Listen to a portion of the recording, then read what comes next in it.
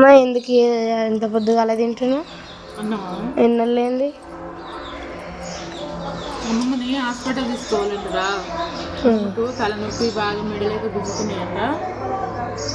హాస్పిటల్కి అయితే తీసుకోవాలంట. ఇక అందుకోసం అయితే ఇక అన్నం తినిపోవాలి కదా. అక్కడ పెడతారు మళ్ళీ.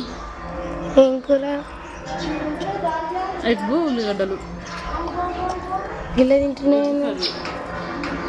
కొత్త ఫ్రెండ్స్, మరి నేనైతే ఇప్పుడైతే అన్నం తింటున్నా. మీరన్నది తిన్నరా లేదా?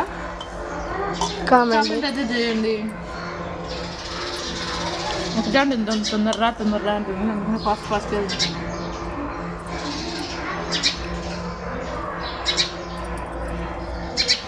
కర్రీ అయితే చాలా బాగుంది.